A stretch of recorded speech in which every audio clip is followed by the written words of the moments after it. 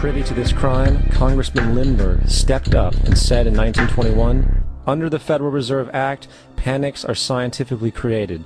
The present panic is the first scientifically created one, worked out as we figure a mathematical equation." However, the panic of 1920 was just a warm-up. From 1921 to 1929, the Fed again increased the money supply, resulting once again in extensive loans to the public and banks. There was also a fairly new type of loan called a margin loan in the stock market. Very simply, the margin loan allowed an investor to put down only 10% of a stock's price, with the other 90% being loaned through the broker. In other words, a person could own $1,000 worth of stock with only $100 down. This method was very popular in the roaring 1920s, as everyone seemed to be making money in the market. However, there was a catch to this loan. It could be called in at any time and had to be paid within 24 hours. This is termed a margin call, and the typical result of a margin call is the selling of the stock purchased with the loan. So, a few months before October in 1929, J.D. Rockefeller, Bernard Baruch, and other insiders quietly exited the market, and on October 24, 1929, the New York financiers who furnished the margin loans started calling them in masse. This sparked an instantaneous, massive sell-off in the market, for everyone had to cover the margin loans. It then triggered mass bank runs for the same reason, in turn collapsing over 16,000 banks, enabling the conspiring international bankers to not only buy up rival banks at a discount, but to also buy up whole corporations at pennies on the dollar. It was the greatest robbery in American history. But that didn't stop there. Rather than expanding the money supply in order to recover from this economic collapse, the Fed actually contracted it, fueling one of the largest depressions in history. Once again outraged, Congressman Louis McFadden, a longtime opponent of the banking cartels, began bringing impeachment proceedings against the Federal Reserve Board, saying of the crash and depression, "It was a carefully contrived occurrence. International bankers sought to bring about a condition of despair so that they might emerge the rulers of us all." Not surprisingly, and after 2 previous assassination attempts, McFadden was poisoned at a banquet before he could push for the impeachment. Now, having reduced the society to squalor, the Federal Reserve bankers decided that the gold standard should be removed. In order to do this, they needed to acquire the remaining gold in the system. So, under the pretense of helping to end the Depression, came the 1933 gold seizure. Under the threat of imprisonment for 10 years, everyone in America was required to turn in all gold bullion to the Treasury, essentially robbing the public of what little wealth they had left. And at the end of 1933, the gold standard was abolished. If you look at a dollar bill from before 1933, it says it is redeemable in gold. You look at a dollar bill today, it says it is legal tender, which means it is backed by absolutely nothing. It is worthless paper. The only thing that gives our money value is how much of it is in circulation. Therefore, the power to regulate the money supply is also the power to regulate its value, which is also the power to bring entire economies and societies to its knees.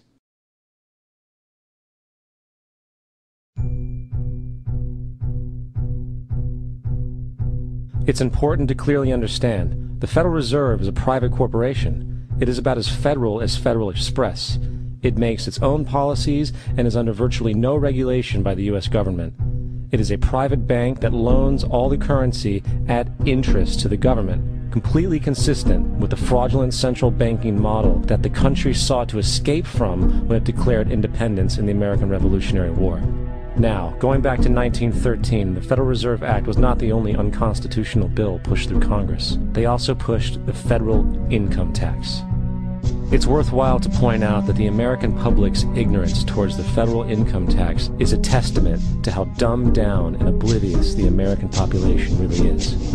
First of all, the federal income tax is completely unconstitutional, as it is a direct, unapportioned tax. All direct taxes have to be apportioned to be legal based on the Constitution. Secondly, the required number of states in order to ratify the amendment to allow the income tax was never met, and this has even been cited in modern court cases.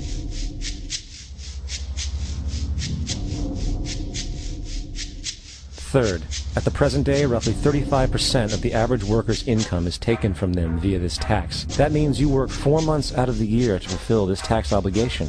And guess where that money goes?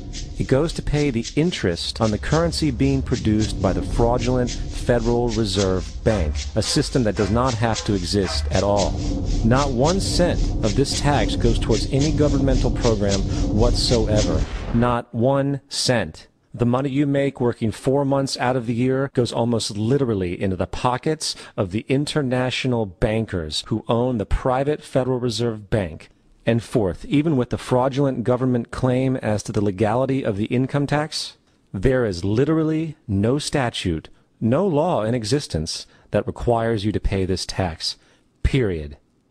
I really expected that, of course, there's a law that you can point to in the law book, the code, that requires you to file a tax return. Of course there is. I was at that point where I couldn't find the statute that clearly made a person liable, at least not me and most people I know, and I had no choice in my mind except to resign. Based on the research that I did throughout the year 2000 and that I'm still doing, I have not found that law. I've asked Congress, we've asked a lot of people in the IRS commissioners, helpers. They can't answer, because if they answer, the American people are going to know that this whole thing is a fraud. I haven't filed an federal income tax return since I left. I have not filed a tax return since 1999. The income tax is nothing less than the enslavement of the entire country. Now, the control of the economy and the perpetual robbery of wealth is only one side of the Rubik's Cube the bankers hold in their hands. The next tool for profit and control is war. Since the inception of the Federal Reserve in 1913, a number of large and small wars have commenced. The three most pronounced were World War I, World War II, and Vietnam. World War I. In 1914, European wars broke out centered around England and Germany. The American public wanted nothing to do with the war. In turn, President Woodrow Wilson publicly declared neutrality.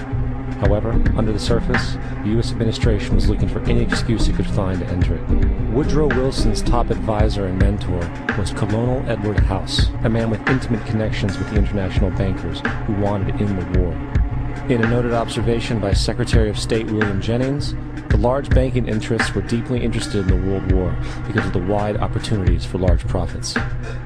It's important to understand that the most lucrative thing that can happen for the international bankers is war, for it forces the country to borrow even more money from the Federal Reserve Bank at interest. In a documented conversation between Colonel House, Wilson's advisor, and Sir Edward Grey, the Foreign Secretary of England, regarding how to get America into the war, Grey inquired, "What will Americans do if Germans sink an ocean liner with American passengers on board?" House responded, "I believe that a flame of indignation would sweep the United States, and that by itself would be sufficient to carry us into war." So, on May 7, 1915, on essentially the suggestion of Sir Edward Grey, a ship called the Lusitania was deliberately sent into German-controlled waters where German military vessels were known to be. And, as expected, German U-boats torpedoed the ship, exploding stored ammunition, sinking it in 18 minutes, killing 1,200 people.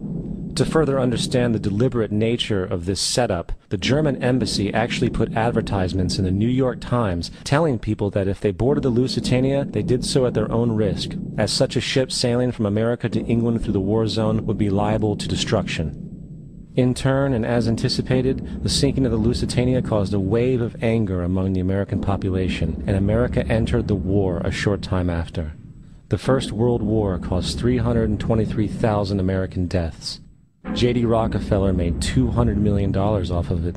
That's about $1.9 trillion by today's standards. Not to mention the war cost about $30 billion for America, most of which was borrowed from the Federal Reserve Bank at interest, furthering the profits of the international bankers.